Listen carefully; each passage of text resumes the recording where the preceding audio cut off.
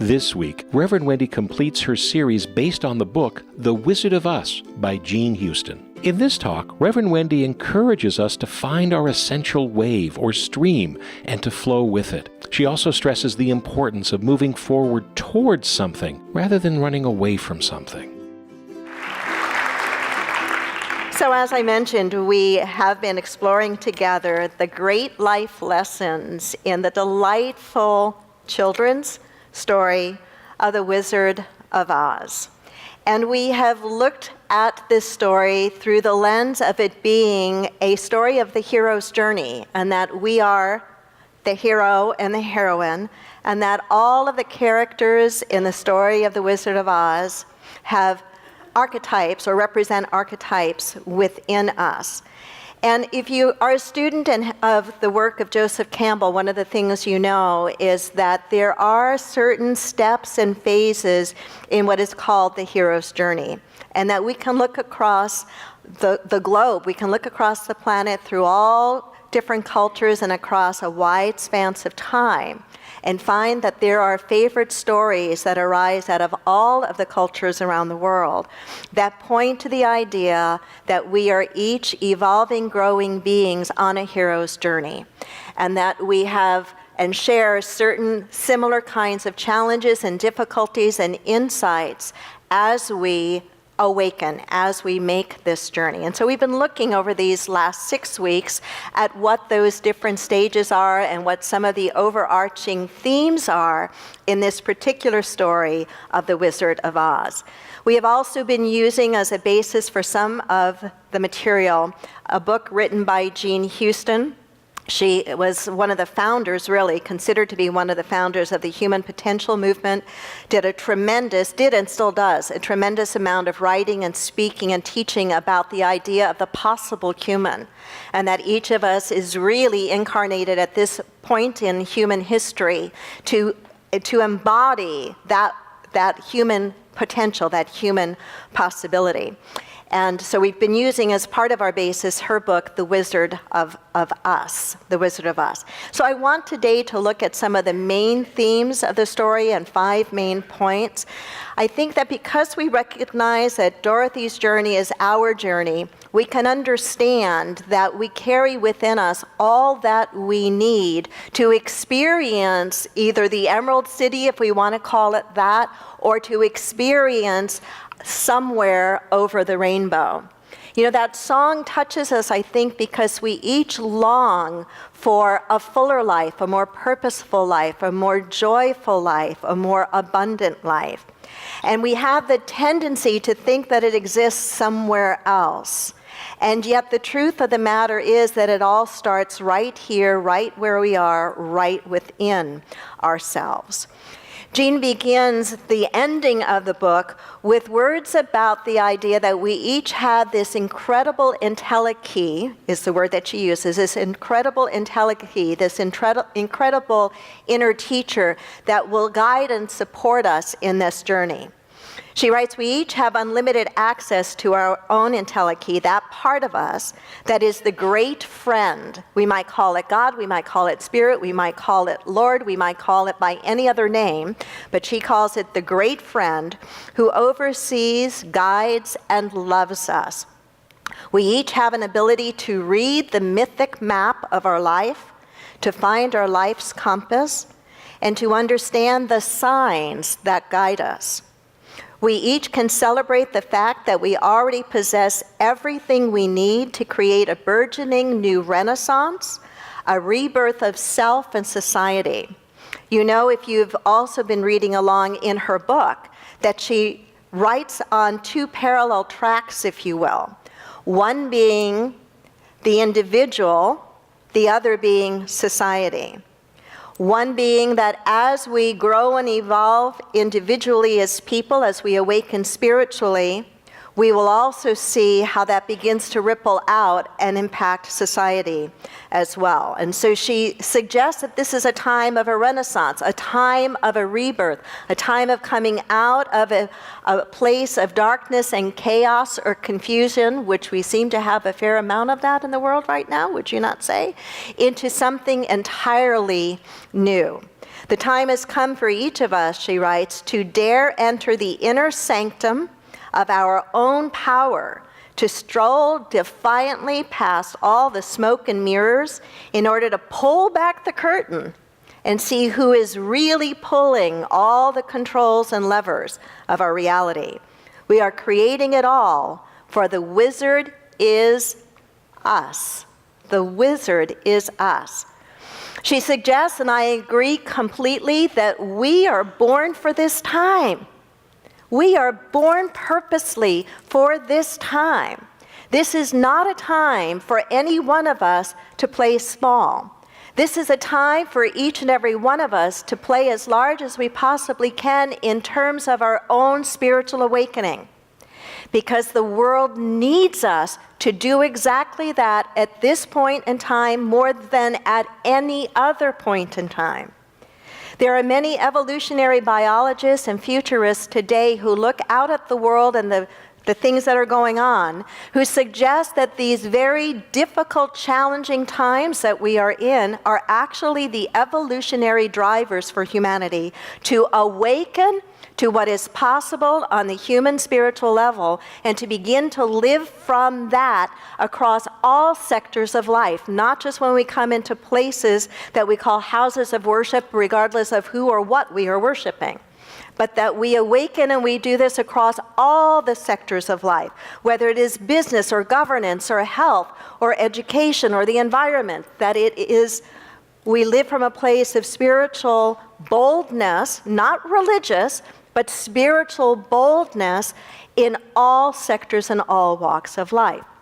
That we are born for this time, and that those of us who are committed to our own spiritual growth and awakening have a very significant role to play. Can I have an amen to that? Amen. She also suggests that we must find our own kind of wave or stream in this awakening. And that it may take a little while before we find the path or the stream that is really right and is really the correct fit for us. She says, this wave colors our moods and actions and brings appropriate beings and blessings and opportunities into the stream from the shores of opportunities. To find this essential stream and gather its strength and purpose, it's often necessary to have had the experience of exploring many different streamlets before focusing on the essential one. We find it on the archetypal or metaphysical level through prayer and meditation and deepening into our own essence, and we recognize it by the sense of grace and delight it brings. It fills the mind and heart with an enthusiastic yes. I want to circle back to a piece here. She says, often it is necessary to have had the experience of exploring many different streamlets before focusing on the essential one. She's basically saying some of our path of growing and awakening, of discovering why we are here, what it is we are meant to do, how it is we are meant to serve or to make a difference, is a little bit of a trial and error experience. Have you found that to be true? Absolutely, absolutely. Sometimes we start down one path and we go, oh, wait a minute, that's not quite right. But I learned something going down that detour or that path that's going to help me recognize the more appropriate path for me as I go along. So it's very much a trial and error, and it's very much making mid-course corrections along the way.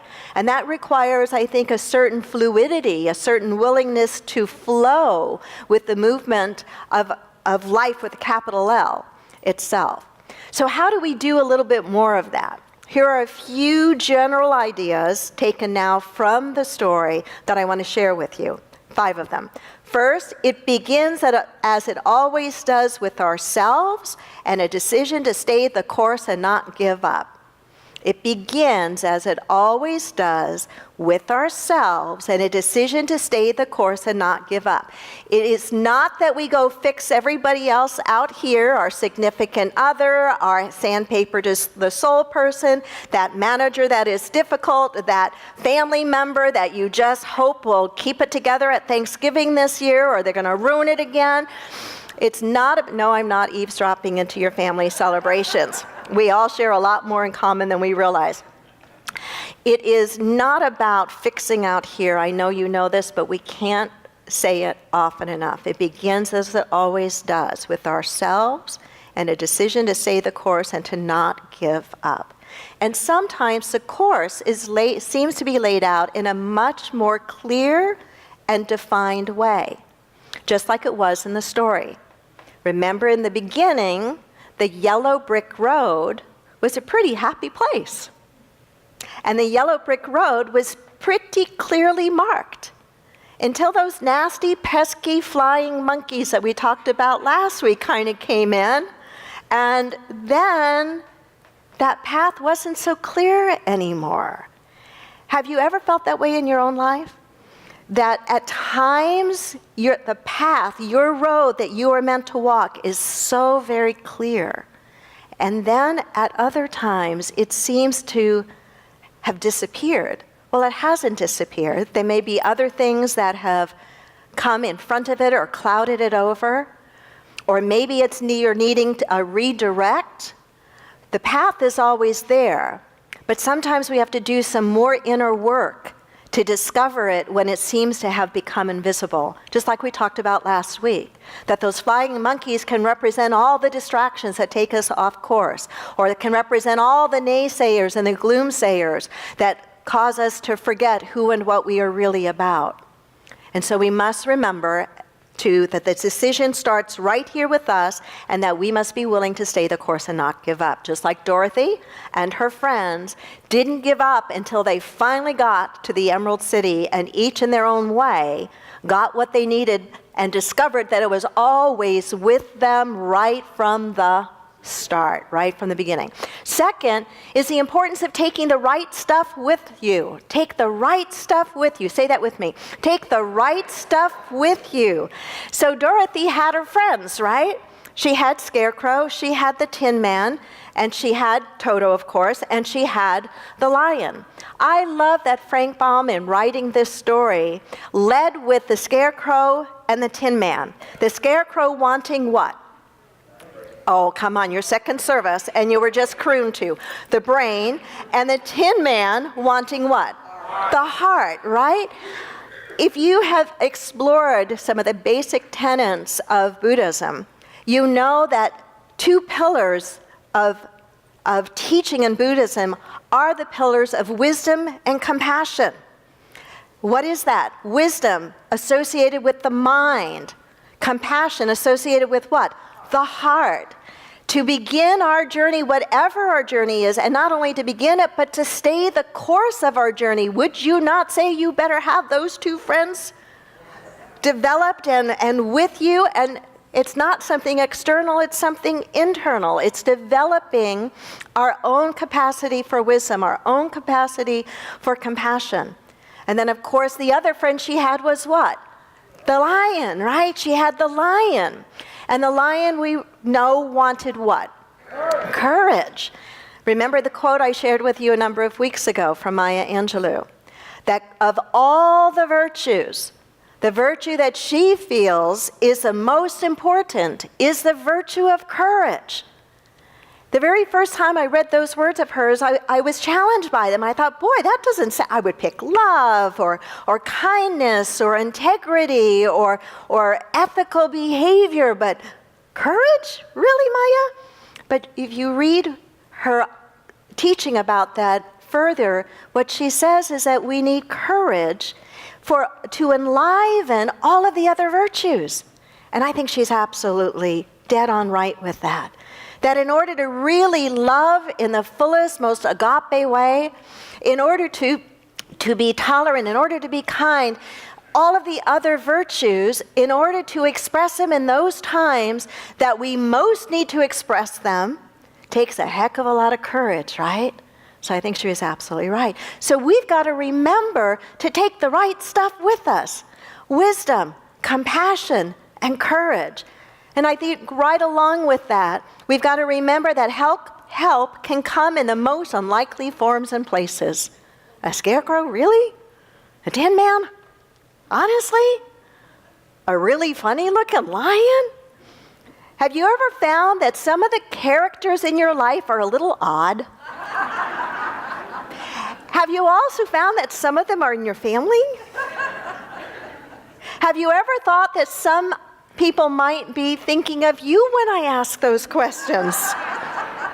It's a humbling thought, right? A humbling thought. Our help can come in the oddest shapes and sizes and forms. This church, this very church, the Unity Center, exists in part because a pathological liar told me I could do it. Now stop and think about that for a moment. Truthfully, this is a true statement.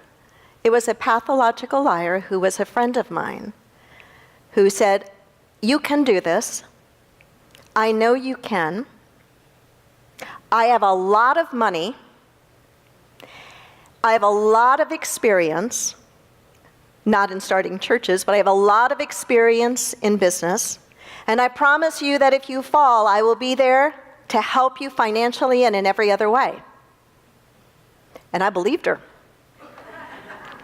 I did believe her. And it was years later I found out, I won't go into how I found out, but I found out accurately and honestly that she had been medically diagnosed or psychologically diagnosed as a pathological liar. If I had known that then, I might not have done any of this. My point being that life has a funny way of putting characters on our path that are wearing disguises. She was wearing the disguise of a pathological liar, of wearing disguises that we are apt to judge by the surface, and yet those very characters can be the very people that are instrumental in our journey, in our awakening, in our accomplishing that which our soul has come here to do. Does that make sense? So take the right stuff with you and know that the right stuff might not always look right.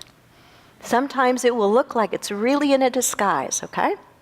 Third is to pull back the curtain and recognize that you are the one pulling the levers. You are the wizard. Now, it is wonderfully delightful to own that when you love everything that's going on in your life. Yes, I'm the one pulling these levers. I own that. You know what I'm going to say next, right? But it's really a different experience to own that same thing when we look out and we see our life not in the way that we thought it was going to be. To recognize that while we do not control every circumstance that happens to us, we are completely in control of, or have the ability to control, how we look at it and how we choose to respond to it and what we choose to make of it. And those are really important levers that we and we alone control. And those are the keys to transforming any difficult situation in our lives. Those are the keys to life on the other side of the rainbow. Those are the keys to making it to and beyond the Emerald City, in absolutely positively recognizing that we always have a choice in how we respond to whatever is showing up in our life. And we can use whatever is showing up in our life as grist for the mill and as drivers to either awaken us or to grow us or to strengthen us. That's a fundamental teaching of our spiritual practice of metaphysics. The fourth is to move out of our small story and take our place and do our part. Let me say that again. The fourth is to move out of our small story and take our place and do our part. Were any of you ever taught, or did you ever get, directly or indirectly, the message to play smaller? We tend to live in a culture that certainly suggests that, at least of certain segments of our culture. Don't be too big, don't be too unique, don't be too fast, don't be too smart, don't be too strong. Don't lead. Young girls still get some of this message in a culture and in a society. And I suspect that in many ways, men get another message that causes them to play too small. And that message can be extremely damaging. If it's a message that says, real men don't cry, real men don't have feelings, real men are not sensitive, real men are not caring, real men are not, don't let you know and see who they really are. When we create a society that says play small, play only to part of the spectrum of what it is to be a human spiritual being, then we create dysfunctional people. And out of our dysfunction, we can do all sorts of harmful things. I forget the name of the organization that is trying to raise men differently today. I suppose there are many of them that are trying to do that. And to raise young boys, to realize the direct link between teaching boys to play small, in other words, and not being who they really are in their full spectrum of emotions and feelings, and how that links up directly with things such as domestic abuse and sexual harassment and so forth. So we are to move out of our small story, and that small story in part includes what we think it is to be a fully functioning human being. We have got to play to the full gamut of who we are. Does that make sense? All right. And the very last that I would share with you this morning is the idea that we need to keep moving forward towards something and be focused on that much more than what we are trying to move away from. In the journey of Dorothy and her friends, what did they keep in their mind visually almost all of the time? What were they seeing? What were they trying to get to? The Emerald City. The Emerald City. They knew what they were going for. Do you and I know what we are going for individually? And do you and I know what we are going for as a human family? And I think both of those questions are really important. One is personally important, and one is important for life on our planet. One of my favorite verses in the Bible in the Old Testament is, where there is no vision, the people perish. The people perish. Moses was successful in bringing his people to the edge of the promised land by keeping vivid in their minds and their imaginations what life would be like for them there. He did that with vivid word pictures. A phrase that's used over and over in that story is a land flowing with milk and honey. And there are other descriptors that were used over and over and over again. You and I, to have a life of meaning and purpose, must have a vision that we are working toward. Who do we want to be? How do we want to be remembered? These are some of the ways that we can get at the answer that is right for our soul. But I suggest that it is not enough to just ask that question of ourselves individually, that it must also be asked of ourselves as members of the human family. Jean Houston writes, as others do, that we are living in what we call, or what can be called, butterfly time. And I want to close with her description of what this butterfly time is like. And if you know anything about what happens in the butterfly, in the caterpillar's journey to becoming a butterfly, you know that there is absolute magic that happens in that chrysalis during that time of transformation.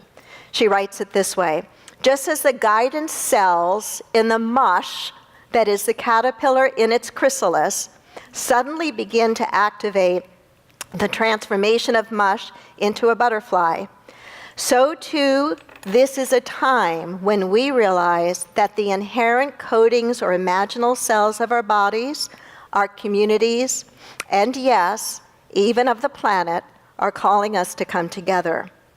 We have the opportunity to form a lasting, interdependent civilization, one in which we live lightly on the earth, cross-pollinating cultures, ideas, and spiritual forms, and becoming transparent to transcendence. Butterfly time means we must rise out of the mush we've been caught in. That's a much nicer word, isn't it?